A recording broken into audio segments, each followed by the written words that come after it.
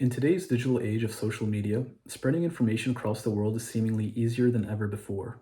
And with the rise of hate speech and misinformation seen in recent years, social platforms are trying to regain control over what can be spread.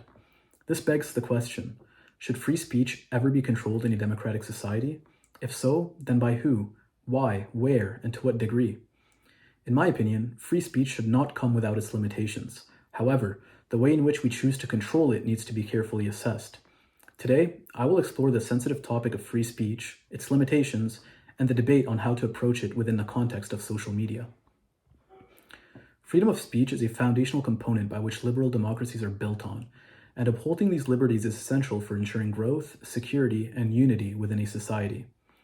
This idea is reinforced across key documents such as the UN Declaration of Human Rights and Canada's Charter of Rights and Freedoms.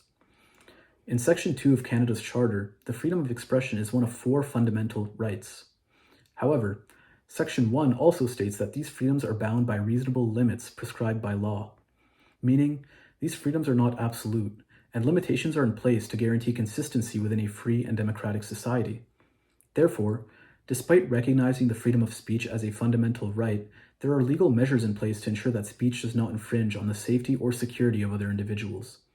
But how do we determine which forms of speech warrant a form of control?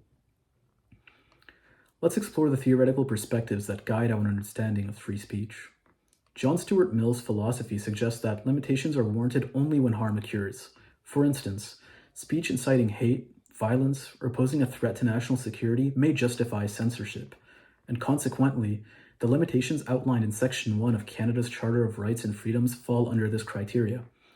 This is not exclusive to Canada. In fact, most liberal democracies refer to Mill's views for imposing laws and limitations surrounding free speech. And I agree with this approach, because after all, speech that promotes harm through hatred or jeopardizing a nation's security should not be allowed to propagate under the guise of free speech. However, harm is a broad term, and setting limitations based exclusively on whether or not speech can pose harm is not so black and white. As we navigate the digital age of social media, some argue for a shift in how speech is controlled. Should we not also consider the epistemic value of speech? Should our freedom of speech also be limited by its contributions to society and its factual validity?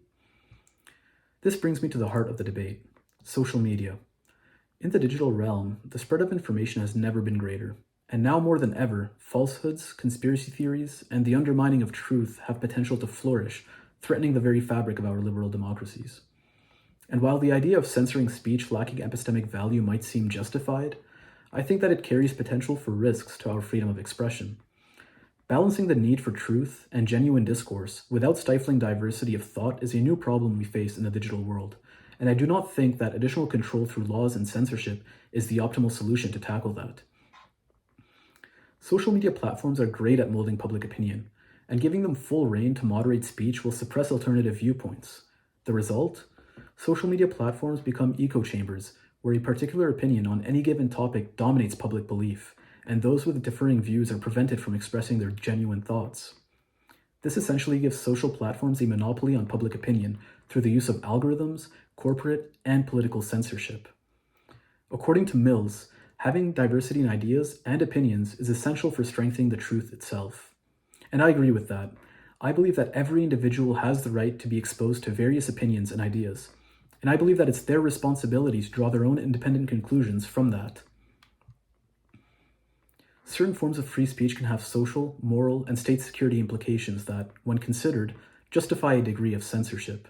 However, speech that does not directly harm an individual can encourage open discourse and a healthy exchange of ideas, even if it opposes the status quo or lacks epistemic value. Censoring this form of speech can be oppressive and opposes the very democratic principles by which our society is founded on. Controlling free speech in a democratic society is a complex topic, especially when considered through the lens of our modern digital world and social media. There's a fine line between protecting an individual's fundamental freedoms and addressing new and evolving challenges. And despite the belief that online censorship promotes speech with epistemic value, it's a slippery slope that can easily derail into a society with full totalitarian control over public thought and opinion. And that, in itself, goes against the principles of a liberal democracy.